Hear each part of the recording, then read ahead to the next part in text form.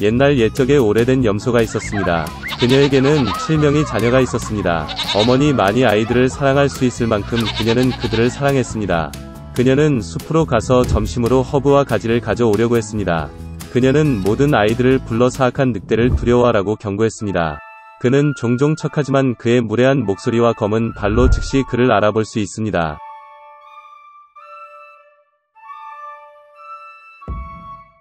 어린 아이들은 모든 것을 이해하고 어머니에게 매우 조심할 것이라고 확신했습니다. 늙은 염소는 침착하게 출발했습니다. 시간이 거의 지났습니다. 갑자기 누군가가 문을 두드렸고 아이들이 즉시 문을 열어야 한다고 무례한 목소리로 외쳤다. 그러나 거친 목소리의 아이들은 그것이 늑대라는 것을 깨달았습니다.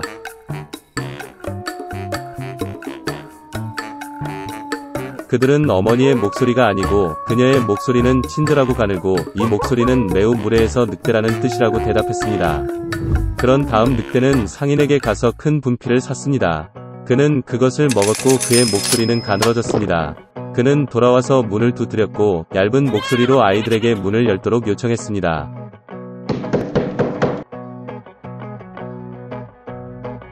늑대는 발을 창문에 대고 기다립니다.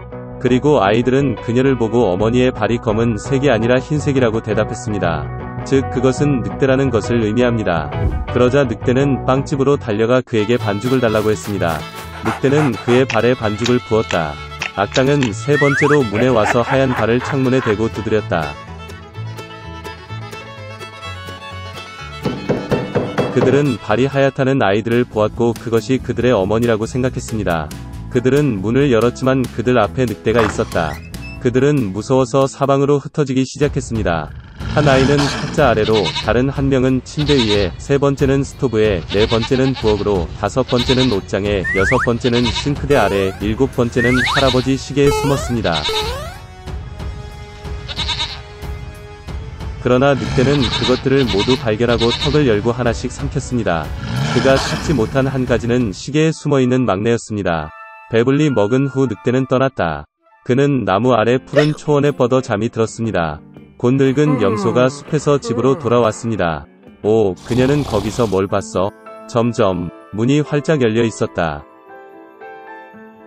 테이블, 의자, 벤치가 뒤집히고 세면대가 깨졌고 베개와 담요가 침대에서 던져졌습니다. 그녀는 자녀를 찾기 시작했지만 어디에서도 찾을 수 없었습니다. 나는 그들을 이름으로 불렀지만 아무도 대답하지 않았다. 그녀는 시계를 향해 올라갔고 그에 대한 응답으로 막내 아이의 얇은 목소리가 들렸습니다. 그녀는 그를 데리고 나가 늑대가 와서 모두를 먹었다고 말했습니다. 염소가 가난한 아이들을 위해 울었던 방법. 마침내 그녀는 집을 떠났고 막내 염소가 그녀를 따라 달렸습니다. 그녀는 초원에 와서 보았습니다. 늑대가 나무 옆에 누워서 코를 골고 있었기 때문에 가지가 떨리고 있었습니다. 그녀는 사방에서 그를 바라보았고 그의 부은 배에서 무언가 움직이고 허둥대는 것을 보았다. 그녀는 그들이 그녀의 아이들이라고 생각했고 그들이 아직 살아있다는 것에 매우 기뻤습니다. 그녀는 아이에게 가능한 한 빨리 집에 가서 가위, 바늘, 실을 가져오라고 말했습니다. 그런 다음 염소는 가위로 늑대의 배를 자르고 거기에서 한 아이가 머리를 내밀었습니다. 그리고 나머지 6명은 뛰쳐나왔고 그들에게 나쁜 일은 없었습니다. 정말 기뻤습니다. 그들은 어머니를 안고 점프하고 춤을 추기 시작했습니다. 그러자 늙은 염소는 늑대가 자고 있는 동안 교훈을 주는 것이 좋을 것이라고 말했습니다. 그들은 돌을 뽑아 늑대의 뱃속에 넣었습니다. 늙은 염소가 배를 꿰매었지만 아무것도 눈치채지 못했고 움직이지도 않았습니다. 늑대는 잠을 자고 발을 딛고 뱃속의 갈증을 느꼈기 때문에 우물에서 물을 마시기로 결정했습니다. 그는 간신히 우물에 다가가서 물로 구부러졌고 무거운 돌이 그를 우물 바닥으로 끌어당겼다. 7명의 아이들이 이것을 보고 어머니와 함께 기뻐 춤을 추기 시작했습니다. 그것이 그들이 사악한 늑대에게 교훈을 가르친 방법입니다. 옛날 옛적에 아이가 없는 여자가 있었다. 그녀는 한때 좋은 마녀에게 도움을 청했습니다. 그 여자는 아이를 꿈꾸고 있다고 말했다. 마법사는 그녀에게 씨앗을 주었고 그것을 화분에 심으라고 명령했습니다. 그 여인은 매우 기뻤고 노파에게 감사하고 집으로 돌아갔습니다. 집에서 그녀는 씨앗을 심고 물을 주고 참을성 있게 기다리기 시작했습니다. 곧 튤립처럼 크고 멋진 꽃이 화분에서 자랐습니다. 꽃잎이 열리자 안에 작은 소녀가 있었습니다. 그녀는 1인치도 안 되는 아주 작았습니다. 따라서 여자는 엄지 공주라고 불렀습니다. 어느 날 밤 엄지 공주가 잠이 들었을 때 축축하고 못생긴 거대한 두꺼비가 집 창문 위로 올라갔습니다. 그녀는 잠자는 소녀를 붙잡고 서둘러 늪으로 갔다.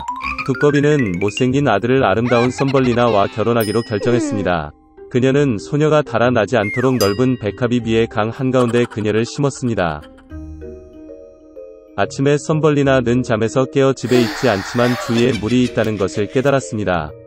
소녀는 끔찍한 운명이 그녀를 기다리고 있다는 것을 깨달았을 때 몹시 울었습니다. 이 순간 작은 물고기가 헤엄쳐 지나갔다. 그들은 썸벌리나에 대해 미안하다고 느꼈습니다. 그들은 백합의 줄기를 갉아 먹었고 잎은 소녀와 함께 흐름과 함께 떴다. 큰 딱정벌레가 지나갔다. 아름다운 소녀를 본 그는 그녀를 붙잡고 그녀를 나무로 데려가 친구들에게 소개했습니다. 그들은 모두 그녀의 아름다움을 부러워했지만 썸벌리나는 매우 못생기고 회사에 있을 수 없다고 말했습니다. 친구들의 압력을 받아 딱정벌레는 그녀가 못생겼다고 결정하고 소녀를 땅에 내려놓고 작별 인사를 했습니다. 여름 내내 썸벌리나는 숲에서 혼자 살았습니다. 그녀는 풀과 나뭇잎으로 요람을 만들었습니다. 그녀는 꽃가루와 이슬을 먹고 맑은 날씨에 햇볕을 쬐고 큰 우엉이 발에 비를 피해 숨었습니다. 그러나 곧 찬 비와 바람이 몰아쳤다. 썸벌리나는 겨울 복장이 없었고 얼기 시작했습니다. 소녀는 배고픔과 추위에 시달렸습니다. 그리고 어느 날 그녀는 들쥐의 보호를 받았습니다. 그들은 영광스럽게 함께 살았습니다. 소녀는 집안일로 쥐를 도왔고 그녀의 동화를 말했으며 그 대가로 따뜻한 집과 음식을 받았습니다. 들쥐에는 부자가 된 눈먼 두더지인 이웃이 있었는데 그는 항상 자신의 재산을 세어이 일을 했습니다. 눈이 멀더라도 두더지는 썸벌리나가 매우 귀여워서 그녀와 결혼하겠다고 제안했습니다. 그러나 소녀는 이것에 대해 전혀 행복하지 않았습니다. 그녀는 지루한 두더지를 좋아하지 않았습니다. 한 번은 지하 통로를 걷다가 추위로 거의 죽을 뻔한 상처 입은 제비를 보았다. 겨울 내내 그녀는 아픈 새를 돌보았고 봄에는 그것을 고쳤습니다. 결혼식 전에 썸벌리나는 마침내 태양에 감탄하기 위해 위층으로 올라가게 해달라고 마우스에게 요청했습니다. 그녀가 쥐 구멍에서 나왔을 때 그녀는 제비를 보고 치료했습니다. 썸벌리나는 새에게 그녀가 더러운 두더지와 결혼하고 깊은 지하에서 그와 함께 살도록 강요당하고 있다고 불평했습니다. 제비는 소녀에게 따뜻한 땅으로 날아가도록 초대했고 그녀는 동의했습니다. 그녀는 재빨리 쥐에게 작별 인사를 하고 제비 위로 올라갔고 그들은 날아갔습니다. 멋진 나라에 도착한 썸벌리나는 아름다운 꽃이 가득한 거대한 초원을 보았습니다. 그녀는 자신이 살기에 가장 아름다운 꽃을 선택했습니다. 갑자기 그녀는 꽃에서 날개 마니는 그녀와 같은 작은 남자를 보았다. 엘프의 왕이었습니다. 그리고 엘프는 모든 꽃에 살았습니다. 아름다운 엘프는 자신만큼 작고 아름다운 소녀를 본 적이 없습니다. 그는 즉시 썸벌리나와 사랑에 빠졌고 그녀를 그의 아내, 즉 엘프의 여왕이자 꽃의 여왕이 되도록 초대했습니다.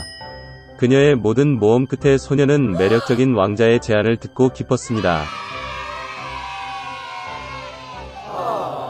그녀는 행복하게 동의했습니다. 엘프는 엄지 공주를 손으로 잡았고 동시에 두 개의 날개가 그녀 뒤에 나타났습니다.